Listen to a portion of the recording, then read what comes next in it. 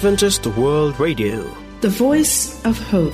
Radio feon'ny fanantenana na ny AWR.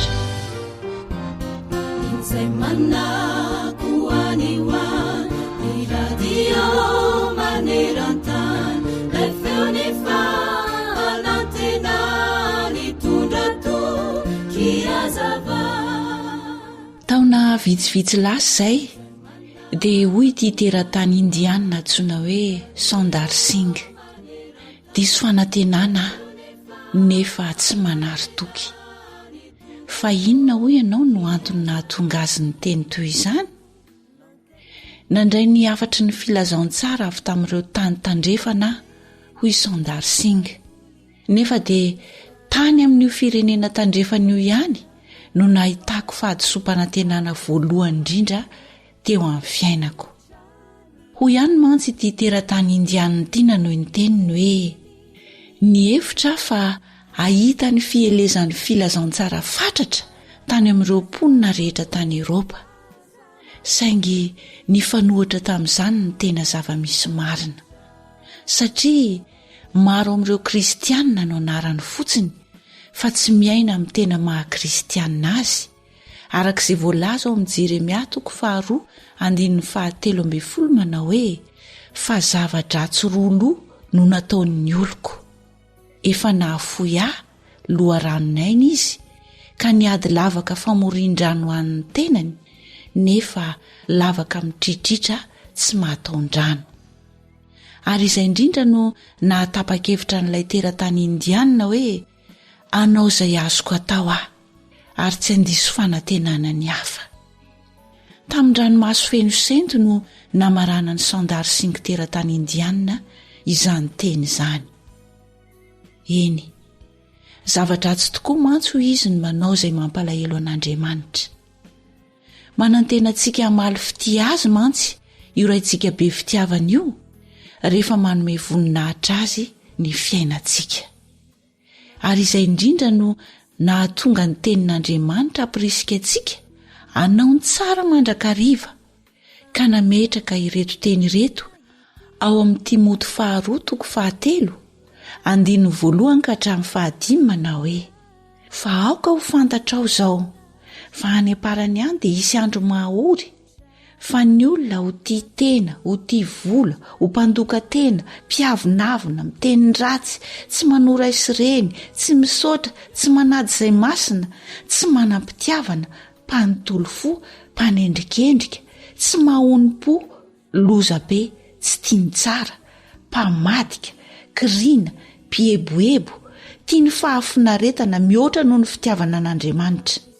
Manana ny endriky ny toe-panaraka an'Andriamanitra nefa nandany heriny, ireny koa dia alaviro. Amen.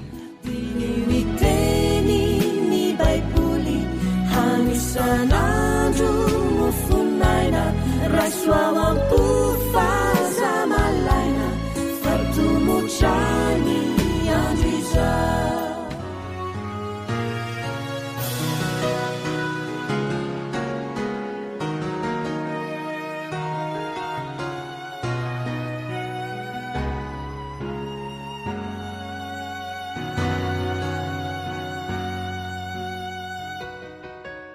Menatrao totsy sayana tunanga vautra miao anatiko tsapako fa manindro naoako nivesatry ny otako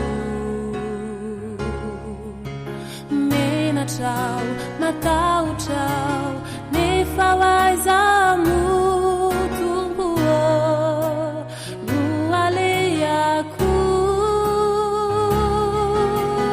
raio no ny rany zanakao dia indro fa manantonao fo maloto sy feno ratsy ka tsy mendriky ao anao tena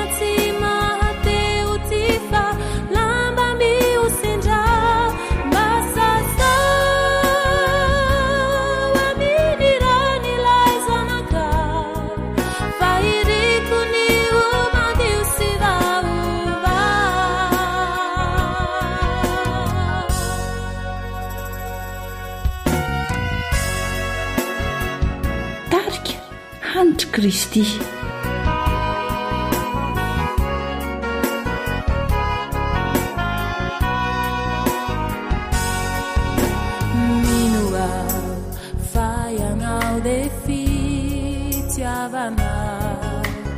Kahandray sy amelay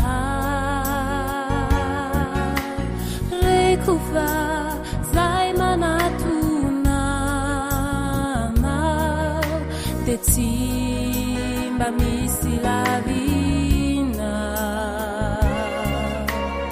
intsy ao favononao upanomponao atrizao sy umandrakizaay raio mba fikiru mafiao tsy ala eo anilana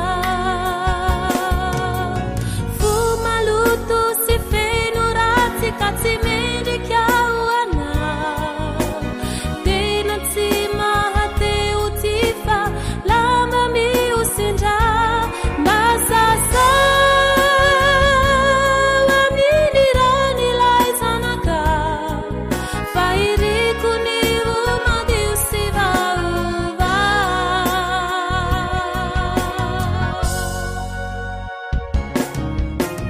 raio mafikiro mafiao tsy ala eo anilana fomaloto sy feno ratsy ka tsy mendrikao anao tena tsy mateo ty fa lama miosindra masasa aminy ranilay zanakao fa iriko ny omadio sy vaova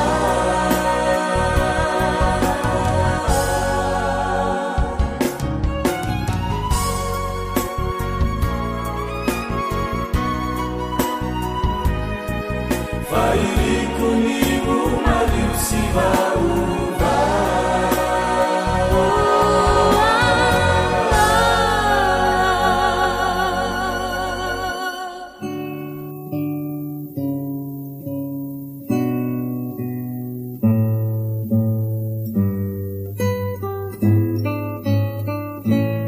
dalilio amiko ge ty baiboly fandaharana iarahanao amin'ny feon'ny fanantenana. Isaia toko 7:20. Amin'izany andro izany ny sabatry Jehova izay mafy sady lehibe ny mahery no entiny mamaly ny leviatana dia ilay menarana mandositra sy ny leviatana dia ilay menarana miforiporitra ary hovonoiny ilay dragona ao an-dranomasina.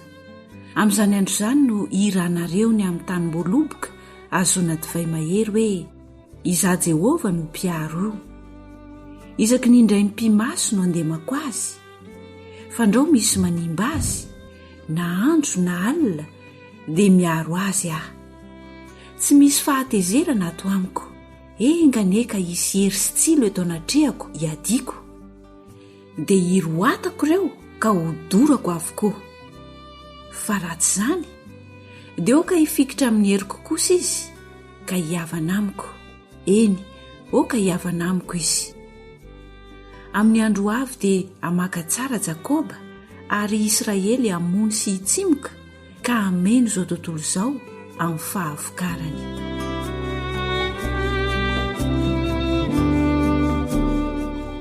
Ny namaizan'i Jehova ny Israely sy ny mbola hamindrany fo aminy.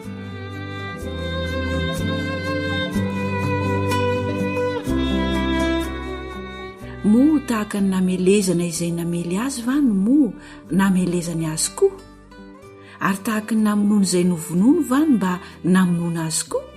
Tamin'ny andro nandroany azy dia voafetrany ny adiny taminy, nokororoiny tamin'ny rivony mahery izy tamin'ny andro ny rivotra avy any an-tsinanana. Ka izao no amelana ny eloko Jakoba ary izao ihany no vokatry ny nanesorana ny fahotany dia amin'ny anaovany vato rehetra amin'ny alitara ho tahaka ny vato sokay voatorotoro ary ny asera sy ny tsangakazo ho an'ny masoandro dia tsy hitsangana intsony fa ho foana ny tanàna ny manda ka dia ho fonenana afoy sy ilozana tahaka ny hevitra ao no hinanany zanak'omby ary ao no andriny sy andaniany ny ratsakazony raha malazo ny rantsany dia ho tapatapahana ka ho avy ny vehivavy hitaina azy satria firenena tsy manam-pahalalana izy dia tsy ahatra azy ny mpanao azy ary tsy hamindra fo aminy ny mpamorona azy ary amin'izany andro izany dia hisy fampihitsanana ataon'i Jehovah hatramin'ny ono mandrika ka hatramin'ny lohasandrikan'i Egipta ary ianareo samy ho tsiponina tsirairay ry zanak'Israely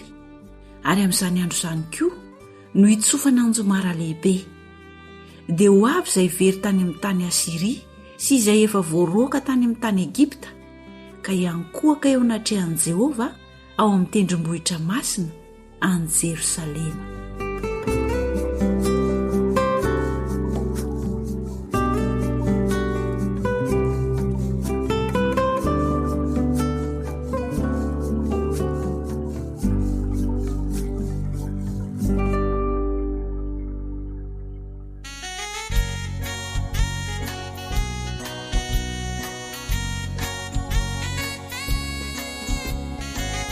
Tarika Giovanni.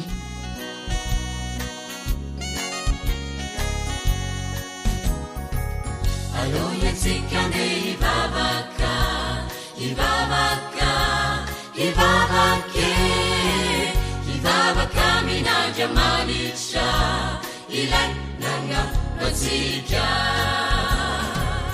Alohatsika ndeha hivavaka, hivavaka, hivavake, hivavaka minandra manitra ilay nangarotsika.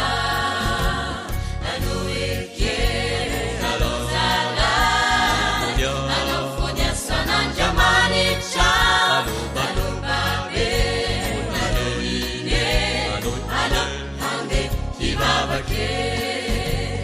Aloeke, alozala, alofonya sanandra manitra, alobabe, aloine, alohande hivavake.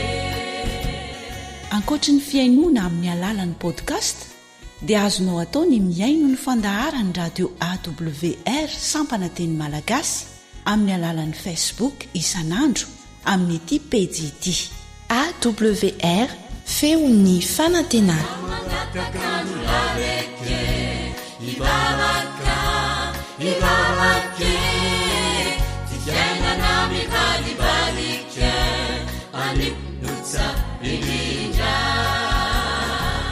Andriamanitra ny andanitra, mizahanao, mizahaza, dia niloatra tsika jiaby-mba, hivavaka inazy. Aloeke, alozala, alofonya sanandra manitra, alobabe, aloine, alohande hivavake. Uavize, uavize, si mangizenya nosa soromo, irahamba, alotuala, alo hivavaka mizay, alo wana jamalisa, alo raka itenini. AWR manolotra ho anao feon'ny fanantenana.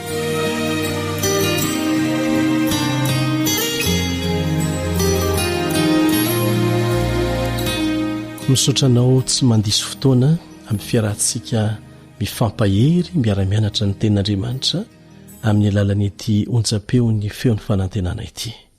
Miaraka aminao eto ny mpiara-mianatra aminao Eliandre Mitanso. manasanao mba hiaraka ivavaka amiko milohan'ny hidirantsika amin'ny fiarah-mianatra.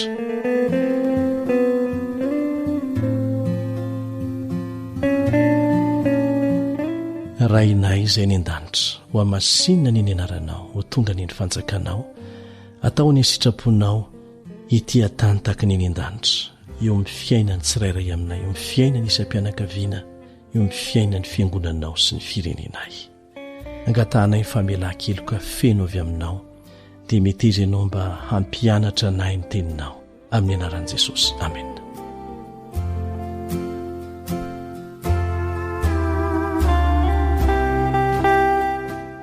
Miangavy ianao mba hanaraka ny eritreritra any amoron-dranomasina any dia andeha atao hoe mipetraka manamorona ny ranomasina mihitsy ianao hoe dia andray maraina dia tapa-kevitra ianao fa hifomeloa ary handeha manaraka ny moron-dranomasina manaraka ny torapasika mandomando eny dia tazanao eo amin'ny rano nitaratra ilay tana masoandro vao misandratra mitopa mangina makany amoron-drano ny onja.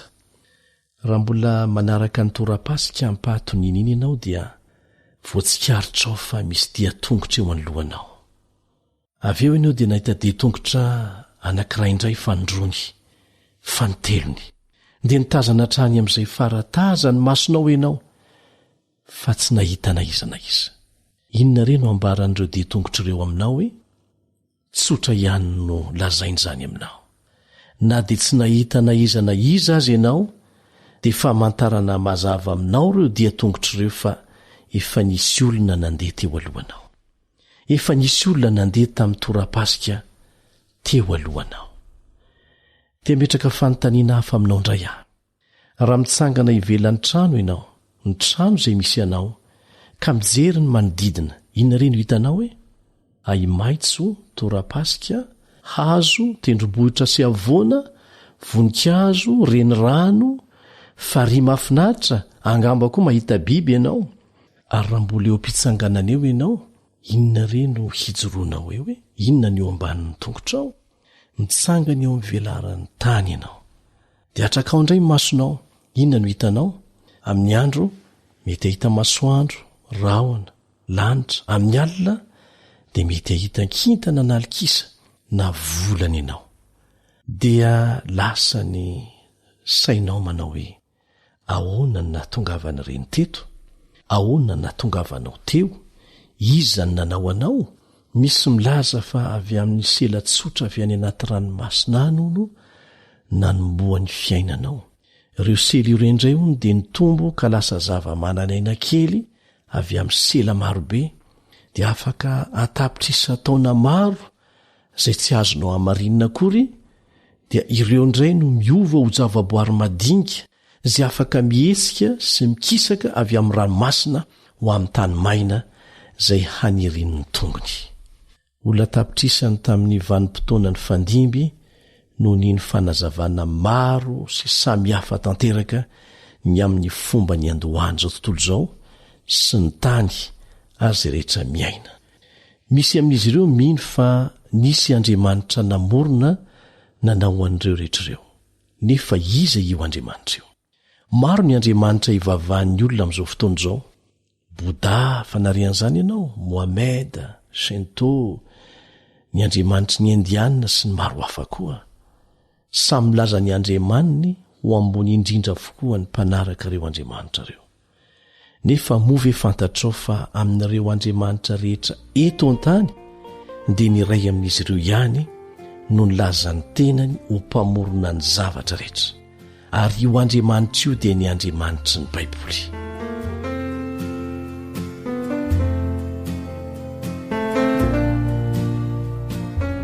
Andeha ho jerentsika hoe inona no azontsika fantarina avy amin'ny Baiboly momba an'io Andriamanitra ny famoronana io.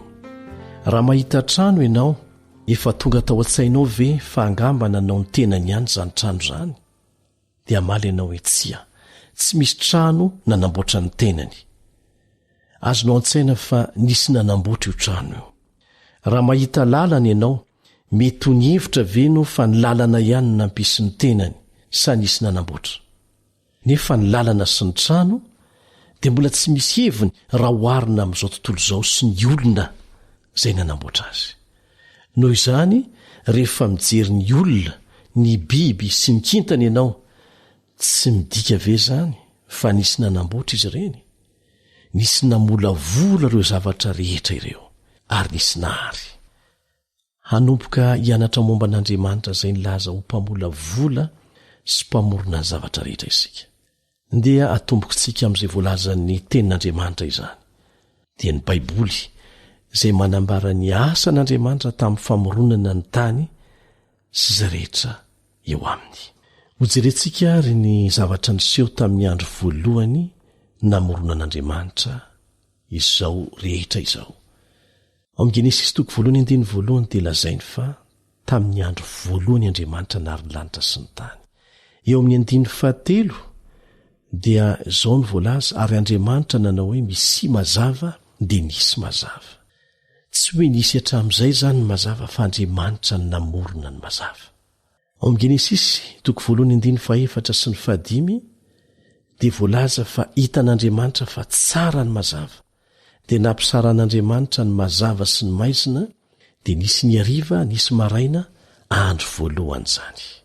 Tamin'ny andro voalohany amin'ny herinandro no namoronan'Andriamanitra ny tany, ary Andriamanitra nanao ny mazava ho andro, ny maizina nataony hoe alina.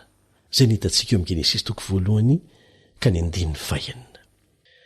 Ny andro faharoa indray, Andriamanitra dia nanao hoe misy habakabaka eo anyelanyelan'ny rano, ary aoka ampisaraka ny rano amin'ny rano izy. Eo amin'ny Genesis 1:1-5 no atantsika an'izany. Dia voalaza fa nisy zany, hoy ny voalaza eo amin'ny 7. Ary Andriamanitra nanao ny habakabaka hoe lanitra, dia nisy hariva ary nisy maraina andro faharoa zany, hoy ny voalaza eo amin'ny 9. Tamin'ny andro faharoa zany dia nanao ny lanitra izy, nanao ny habakabaka hoe eo anyelanyelan'ny rano, ka nampisaraka ny rano amin'ny rano. Ny andro fahatelo indray dia izao ny voalaza eo amin'ny 9 amin'ny Genesis 1 ihany. Andriamanitra nanao hoe aoka hiangona ny rano ny ambanin'ny lanitra ho eo amin'ny fitoerana anankiray, ary aoka iseho ny maina, dia nisy zany. Eo amin'ny 9 dia izao ny vakiantsika. Ary Andriamanitra nanao hoe aoka ny tany haniry ahitra sy anana mamoa, ary hazo fihinam-bo samy araka ny karazany avy, ka manamboa ao aminy eny ambonin'ny tany, dia nisy izany. Dia eo amin'ny 7 dia voalaza eo fa nisy hariva, nisy maraina, andro fahatelo zany. Tamin'ny andro fahatelo zany Andriamanitra dia nampiseho ny tany maina, namorona ny ranomasina, ary nameny ny tany tamin'ny zava-maniry. Tonga sahady eo amin'ny andro fahaefatra isika. Genesis 1:7 sy ny 15 no vakiantsika. Ary Andriamanitra nanao hoe misy fanazavana eny amin'ny habakabaka ny lanitra ampisaraka ny andro sy ny alina, ary aoko ho famantarana sy ho fotoana ary ho andro sy ho taona ireo, ary aoko ho fanazavana eny amin'ny habakabaka ny lanitra izy, hanazava eny ambonin'ny tany, dia nisy izany. Ary hitan'Andriamanitra fa tsara izany, dia nisy hariva ary nisy maraina andro fahaefatra izany. Izay ny voalaza eo amin'ny 17 sy ny 17 amin'ny Genesis 1.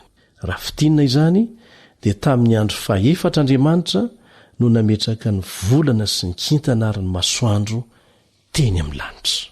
Amin'ny manaraka dia hojerentsika akaiky ny zavatra ny foronon'Andriamanitra indray tamin'ny andro manaraka, dia ny andro 5 sy ny 6. Dia ho hitantsika koa inona nataony tamin'ny andro 7. Hatreo aloha dia azo antoka fa mazava aminao hoe iza ny namorona ireo zavatra rehetra manodidina anao ireo. Nisy Andriamanitra namorona, ary tsy namorona fotsiny izany Andriamanitra izany, fa miazona ny zavatra rehetra izay ny foronony amin'ny herin'ny teniny. Hitantsika amin'ny fianarana manaraka fa izy koa namorona antsika. No foronony avokoa ny zavatra rehetra ilaintsika, izay izy vao namorona antsika. Misaotra an'Andriamanitra isika, satria namorona ny zavatra rehetra ho antsika izy, ary ho voninahitry ny anarany. Zany ny fahamarinana tsotra sy mazava ary azo antoka mikasika ny famoronana. Manao mandra-piona vetivety indray ny mpiara-mianatra aminao Eliandre Mitanso.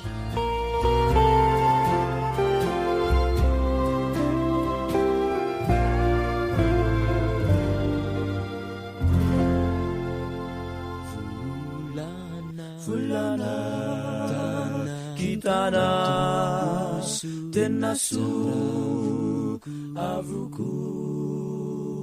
Tarika feo mahery ny endrikao tsy misy mpanana ny taratrao fenomanana fatratra loatra ny asanao Jesosy tena mihoatra ny fitiavanao fa nampanota zato izao de mbola tena no asoavinao fa nampanota zato izao de mbola tena no asoavinao.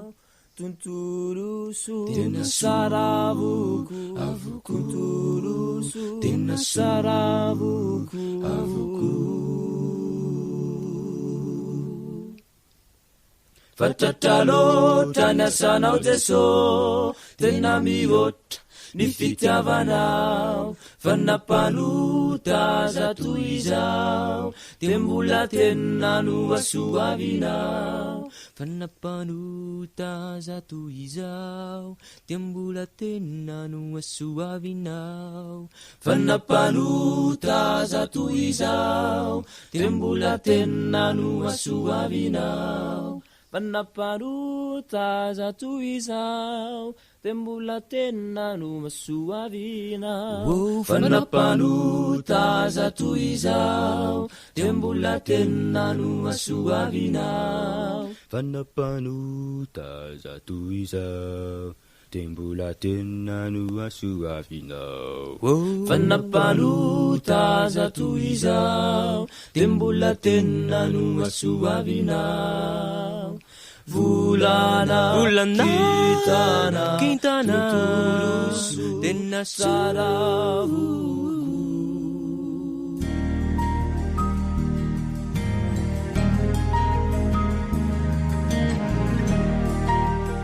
Voasoratra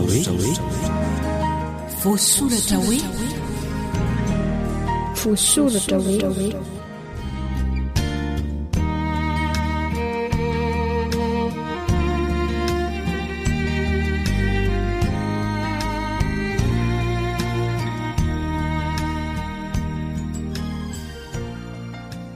dia fifaliana ho anaindray ny manasanao mba hiara-mianatra ny tenin'Andriamanitra amin'ny onjam-peon'ny feon'ny fanantenana. Miaraka aminao eto ny namanao Rila sy Elion.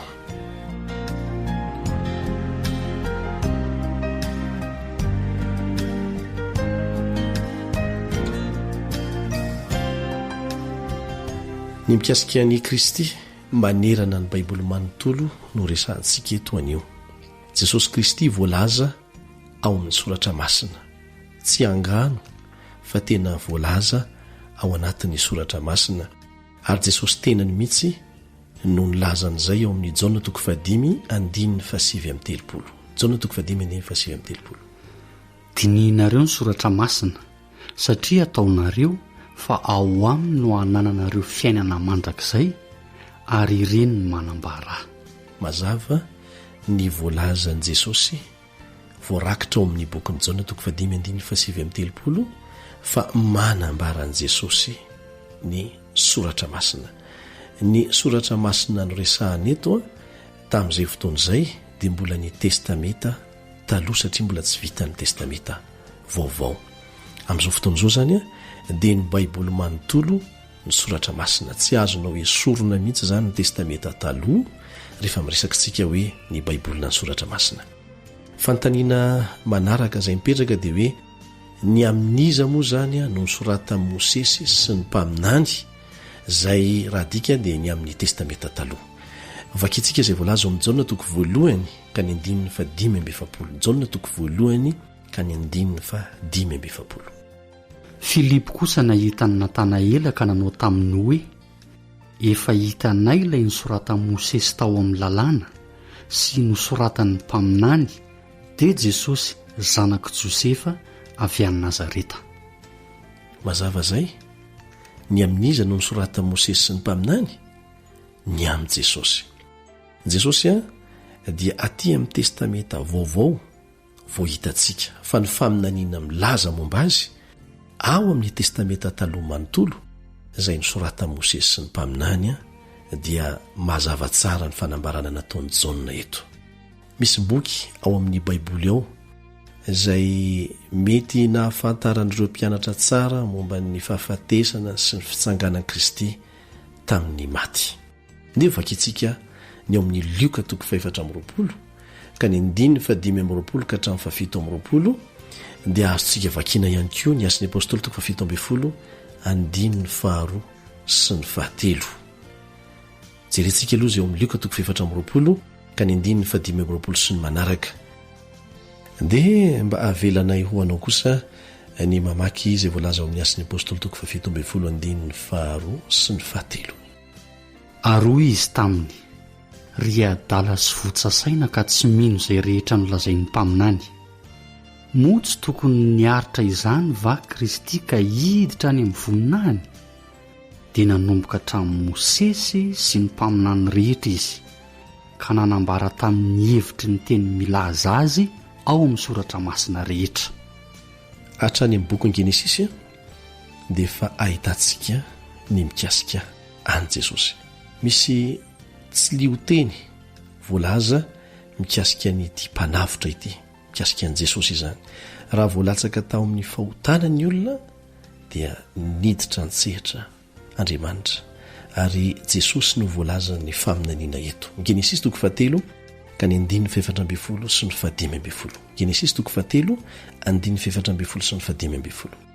Aroa i Jehovah Andriamanitra tamin'ny menarana, satria nanao izany ianao dia ampifandrafesiko ianao sy ny vehivavy ary ny taranakao sy ny taranany. Izy anorotoro ny lohanao ary ianao kosa anorotoro ny ombelahy tongony. Tianao fantatra misimisy kokoa ve hoe inona ny tena tiana ambara amin'izany ary aiza ho aiza no hanehoany izany teny izany any Jesosy. Misy teny izay nanamafisana an'izany teny fikasana izany tamin'ny Abrahama ao amin'ny Genesisy 2:20 ka ny 5:20. Genesisy 2:20 ka ny 5:20. Ary amin'ny taranakao no hitahina amin'ny firenena rehetra ambonin'ny tany. Dia azonao raisina ny soratra ihany koa ho vakinao izay voalaza ao amin'ny Genesisy 4:4 sy ny Genesisy 4:20 ka ny 5:40. Milaza milony amin'i Jesosy, ilay mpanavitra izay rehetrarehetra izay. Ny didina voakan'Andriamanitra taorinany nanontany Adama sy Eva sy ny teny fikasana menany Abrahama dia milaza zavatra ray ihany, ny amin'ny atongavan'ilay mpanavitra dia Jesosy izany. Iza moa ty taranaka lazaina eto ty, izay nolazaina tamin'ny Abrahama ao amin'ny Galatiana 3:15. Galatiana 3:15. Ary tamin'ny Abrahama sy ny taranany no nilazana ny teny fikasana. Tsy lazainy hoe ary ho an'ny taranaka toy ny milazany maro, fa toy ny milazany anankiray, ary ho an'ny taranakao dia Kristy izany. Amafisina Galatiana 3 ka ny 15. Mazava ny fanambaran'ny tenin'Andriamanitra eto. Ny tenin'Andriamanitra iny manazava ny tenin'Andriamanitra fa izay taranaka lazaina tamin'ny Abrahama izay dia tsy iza fa Jesosy Kristy. Manamafy izay fandraisantsika izay fa ny soratra masina, ny testamenta taloha ray manontolo dia nisoratana milaza mazava tsara ny amin'ny Jesosy Kristy.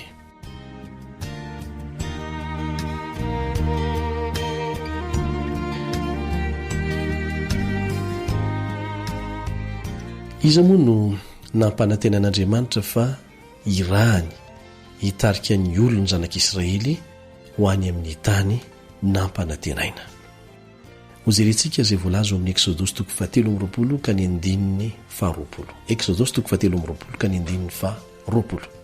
Indro izaho maniraka anjely eo alohanao hiaro anao any an-dalana sy hitondra anao ho any amin'ny fitoerana izay namboariko. Izay ny voalazan'ny tenin'Andriamanitra eto. Ny testamenta taloha dia manao karazana tsy lioteny miverimberina ny amin'ny olona mahagaga anankiray izay mbetika atao hoe anjelin'i Jehova. Ao amin'ny Exodosy 3:20 mahitanao an'izay. Exodosy 3:20 ilazana izy hoe anjelin'i Jehova. Nibetika indray a lazainy hoe anjelin'Andriamanitra. Hitanao zao ny amin'ny Exodus 4:7-10 Exodus 4:7-10 na koa hoe anjelin'ny tavany ao amin'ny Isaia 7:7 misy an'izay. Isaia 7:7 tsy izy akory olona io fa lay persona faharoa ao amin'Andriamanitra telo zay iray, ilay atao hoe Jesosy Kristy taoriana ny nakany ny toetran'olombelona. Rehefa ampitahaina ka dinihana tsara ny teny ao amin'ny mpitsara 9:12 sy ny 14, mpitsara 9:12 sy ny 14, dia hita fa mitovy hevitra ny hoe anjelin'i Jehova sy ny hoe Jehova. Noho izany dia azon'Andriamanitra natao zany nilaza io olona io hoe fa ny anarako no ao aminy, araka ny hitantsika eo amin'ny Exodus 7:20 ka ny 2:20.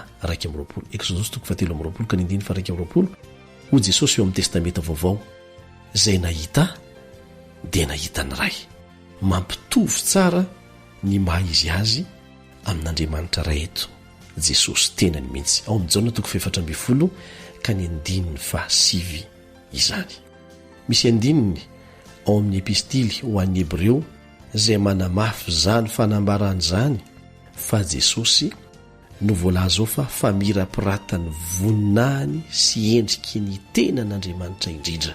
Ao amin'ny Hebreo 1 ka ny 7 no ahitanao zay. Hebreo 1 dia azonao jerena koa ny ao amin'ny Joda 7. Ny fietrehan'i Jesosy ho tonga olombelona mba hahafahana manatanteraka ny famonjenantsika dia tsy manafona ny mahandriamanitra azy velively.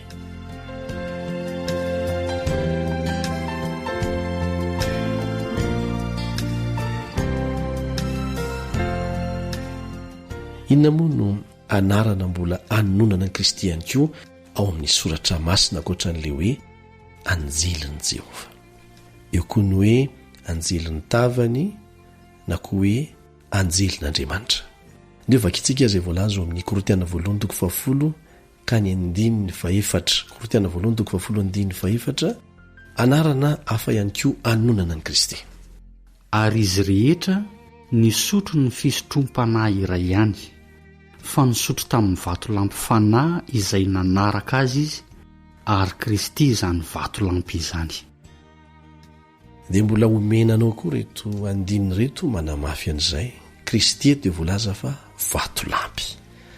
Omenanao reto andininy reto Deutéronomie 4:13, Deutéronomie 4:13, Samuel 2:2, Samuel 2:2, Samuel 2:13, Samuel 2:13, Isaia 4:4, Isaia 4:4 ka ny 4 dia mbola ao amin'ny Isaia ihany. Isaia 4:4, Isaia 4:4 ka ny 5.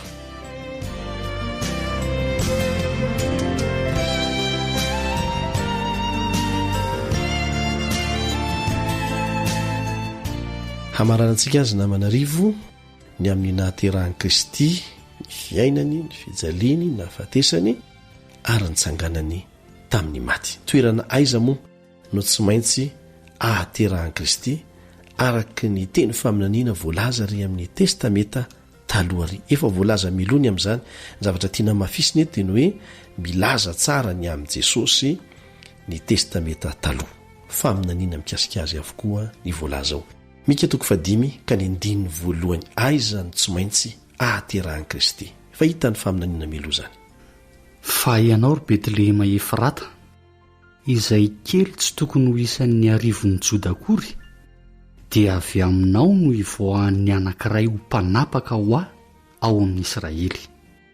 Hatry ny fahagola no efa nivoahany, dia hatr'izay.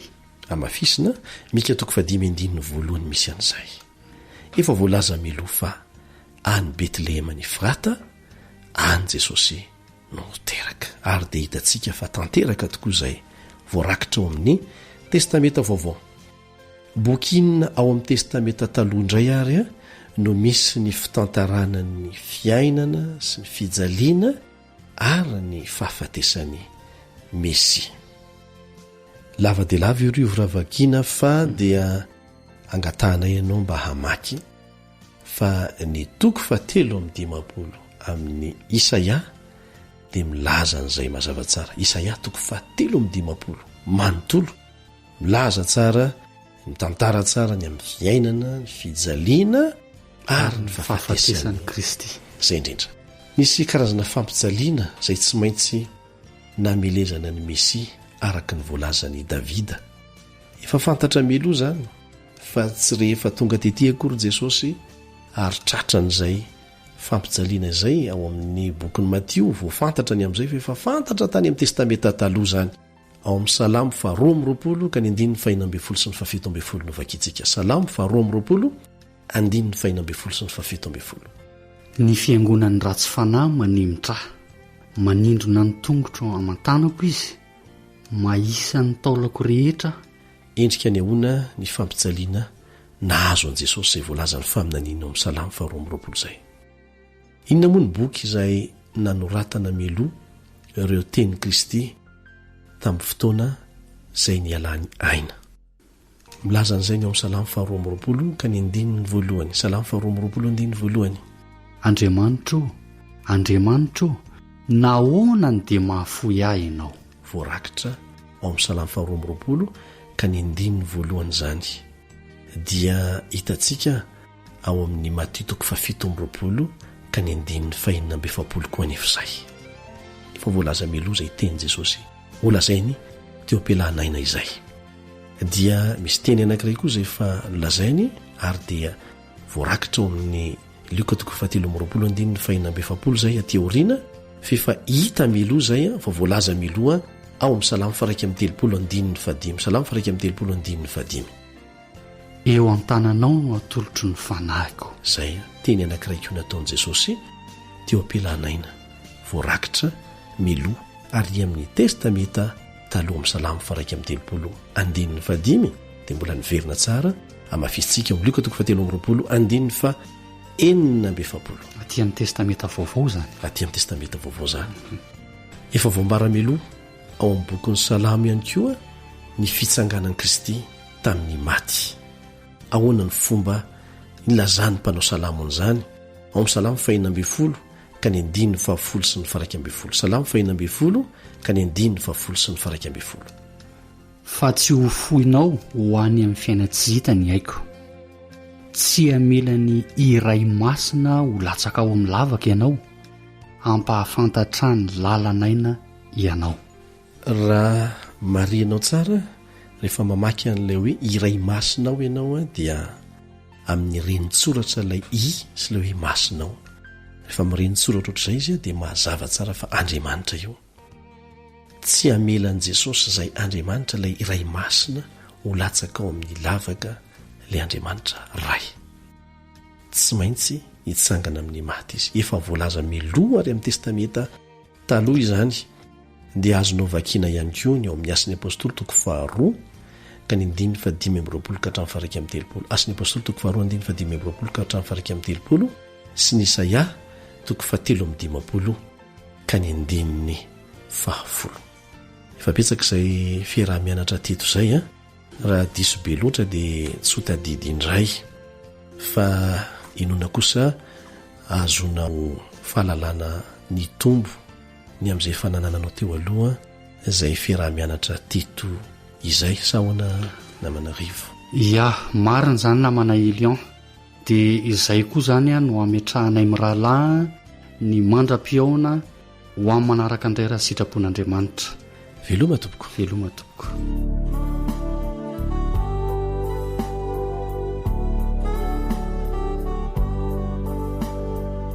Antoko-pihira antsa ny fanambarana imeritsy atosika.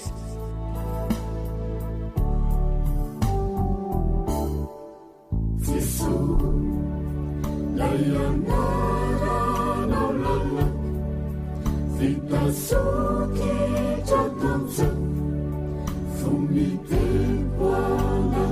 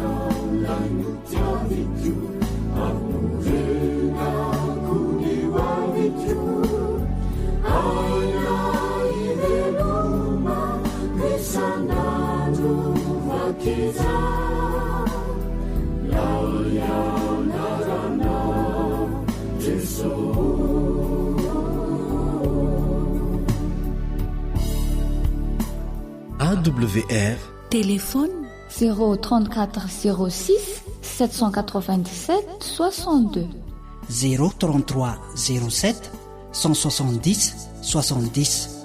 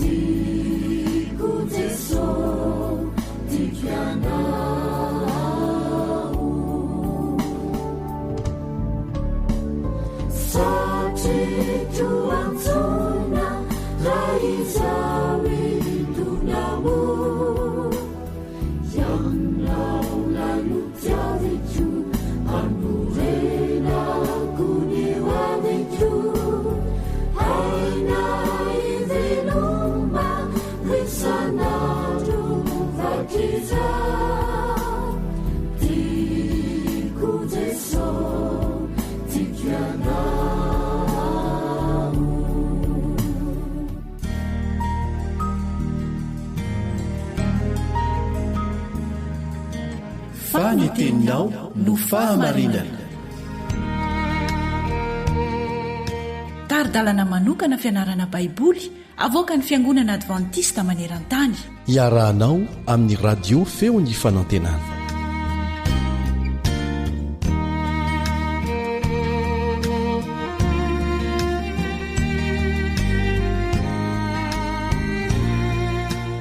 Faltafahoana aminao indray ao anatin'izao fiarah-mianatra ny tenin'Andriamanitra amin'ny feo ny fanantenana izao.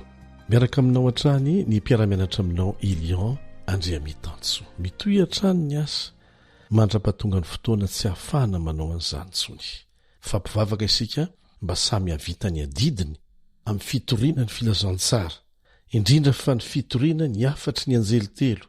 Voalaza ao amin'ny Apokalipsy 4:10 hanomanana ny olona rehetra ho amin'ny fiavian Jesosy indray any amin'ny raony lanitra.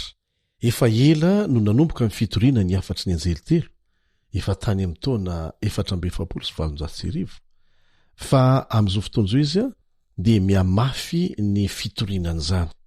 Mbola ao anatin'ny fiarah-mianatra mahakasika ny hery mifanandrina isika, ny herin'ny tsara sy ny ratsy, ny mazava sy ny maizina, ny marina sy ny diso.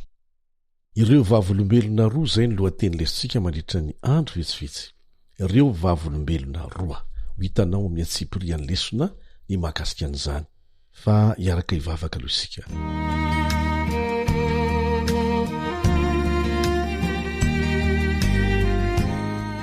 rainay izay ny an-danitra misaotra anao izay satria tombontsoa lehibe no menao anay mbola afaka miara-mianatra ny teninao tahaka an'izao. Mamela ny elokay miovy izay ho afaka amin'ny tsy fahamarinana rehetra, ny fananao masina ny ifeny fiainanay, hampianatra anay amin'ny anaran'i Jesosy. Amen.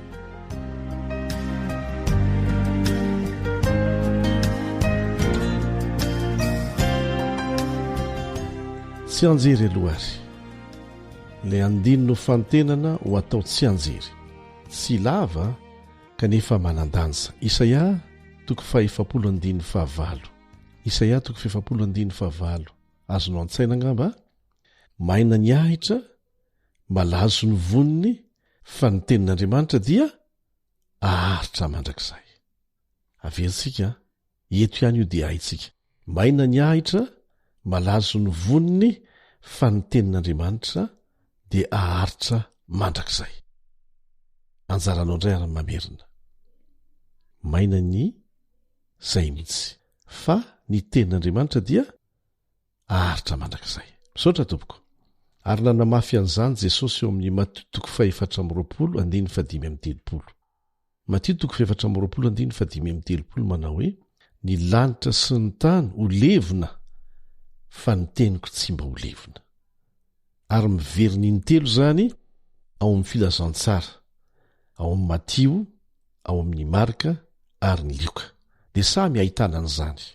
Ny lanitra sy ny tany ho levona, fa ny teniko tsy mba ho levona. Efa imbetsaka Satana sy ireo mpanaraka azy nanao ny ezaka rehetra, hanapotehana, hanafoanana, na hanovana, hametavetana n'io Baiboly io, fa tsy vitany manafoana azy, ary tsy ho vitany mandrakizay. Mety ho vitany amin'ny fotoana anankiray ny manafina n'io Baiboly io, manentsika izay rehetra mamaky an'io tahaka ny efa nataony teo aloha, fa tsy ho vitany manafoana ny Baiboly. Tsy miankina amin'ny demokrasia mantsy ny tenin'Andriamanitra sy ny faharetan'ny tenin'Andriamanitra, fa miankina amin'Andriamanitra irery ihany. Izy nefa ny teny fa milanitra sy ny tany ho levona, fa ny teniko tsy mba ho levona. Voatsela zay no nisy fikasana amoahana Baiboly vaovao, hanolona n'io Baiboly eo an-tanantsika io. Fa sendra ny fanitsy indrindra tamin'ny fotoana ny voan'ny Covid-19 zany, le arety mandoza mbola tsaroantsika tsara, dia lasa tsy tafavoaka. Fa ny mifanohitra amin'izay aza no nitranga araka ny fanadihadiana nataon'ireo matianina manokana momba n'izany fanaovana fanadihadiana izany. Tany Etazonia ohatra dia voalaza ny vokatry ny fanadihadiana nataon'ny agence anankiray malaza dia malaza, McLaughlin Association, fa namerina olona marobe amin'ny famakinany Baiboly ny Covid-19. Dia santionany amin'ny vokatry ny fanadihadiana ity, 220,000 ny olona tsy kristianina no lasa ny vidy sy namaky Baiboly. 20,000 n'ireo tanora tsy kristianina, 20,000 n'ireo tanora tsy kristianina ao anatin'ny sokajy taona 12-20 taona any Etazonia ihany zany 12-20 taona no lasa namaky Baiboly sy nandinika ireo faminaniana ao amin'ny Baiboly. Zany ny santionany, fomba fiasan'Andriamanitra. Raha miezaka anapotika an'izany ianao, anafoana an'izany ianao, hanolo an'izany ianao, dia zavatra tsy ho vitanao zany. Ary raha mbola betsaka ny olona tian'Andriamanitra hitoriana ny filazantsara, betsaka mbola tsy tratra an'izany, dia tsy maintsy voatahiry eo an-tanany io ho azo vakiana. Ny zavatra rehetra moa dia ataon'Andriamanitra miara-miasa ahasoa tokoa. Nandritry ny taonjato maro no nandiniana ny tenin'Andriamanitra, dia betsaka ny olona voatarika Satana ny salasalany amin'izany, nandany amin'izany, saingy tsy manafoana ny tenin'Andriamanitra izany. No giazana, no gadraina tany amin'ny monastera samihafa ny Baiboly, no dorana mpahabe maso, no rovorovitina, nesoina na ampidirina ponja, no vonoina ho martiora aza reo izay nino an'izany teto Madagasikara dia efa nisy martiora vokatra izany kanefa maika tahaka ny zezika izay nampiroborobo nanapariana ny tenin'Andriamanitra rendretrarehetra ireny. Ny tena mafy dia ny tany Eoropa na ny enjehanareo kristianina protestanta mahatoky tamin'ny baiboly tamin'ny vanim-potoana tenatenany nanazava ny aizina nefa ny tenin'Andriamanitra tsy nanakana ny fitoriana ny tenin'Andriamanitra ny fampahoriana sy ny fanenjehana fa vao maika ny mifanohitra amin'izany aza no niseho nampiroborobo ny fielezan'ny baiboly zany rehefa nitsaraina no ny finoany ilay mpandika ny baiboly amin'ny teny anglisy antsoina hoe William Tyndall tamin'izany fotoana izany dia nanontaniana azy izay nanampy azy indrindra tamin'ny fampielezana ny tenin'Andriamanitra dia izao no valiteny nomeny ny veka ny Durham hoy izy no nanampy ahy dia nanaitra n'ireo mpitsara zany valiteny nomeny izany dia no hazavain'ny Tyndall fa nisy fotoana nividianan'io eveka io baiboly dika teny amin'ny teny anglisy maro dia nidorany ampabe maso fa ny tsy fantatr'ilay eveka tamin'izany fotoana izany hoy izy dia nanampy betsaka any Tyndall tamin'ny asan'ny fahamarinana izy satria novidiny tamin'ny vidiny ambony lavitra noho ny mazatra ny baiboly dia tamin'ny alalan'ny vidiny reny boky marobe ireny no nahafahan'ny Tyndall nanota baiboly be lavitra no ireo nidorana. Zavatra rehetra miara-miasa soa izay tian'Andriamanitra tsy hainy Satana atao izany fa fahefan'Andriamanitra rery nazera tamin'ny vovoka ny fahamarinana saingy namirapiratra tamin'ny famirapiratany hatrany izany. Mandritry ny andro vitsivitsy ary sika dia handinika ireo fahamelezana ratsy indrindra natao tamin'ny soratra masina na ny tenin'Andriamanitra io tamin'ny finoana kristianina ary tsy mijanona izany fa mbola mitohy hiamafy aza rehefa manakaiky tena tongotra fiavian'i Jesosy. Santiony any amin'izany no resahana amintsika eto nandrika teny amin'ny lalamben'ny Frantsa ny rà nandritra ny revolisiona frantsay napetraka teo amin'ny toerana pahabe maso tao Paris ny fanapahan-doha ary anarivony maro no vonoina lasa fivavaha-panjakana ny ateisma na ny tsy finoana ny fisian'Andriamanitra na izany aza dia tsy azo nampanginina ny fijoroano vavolombelon'ny tenin'Andriamanitra vao maika amafisina ihany vao maika nampiroborobo ny fielezan'ny tenin'Andriamanitra izany. Dia manasanao ary mba hiaraka hianatra aminay mandritra n'izay andro vitsivitsy izay ny tompony hombanao ary aza mandisy fotoana amin'ny fiarantsika mianatra. Mandra-peona tompoko.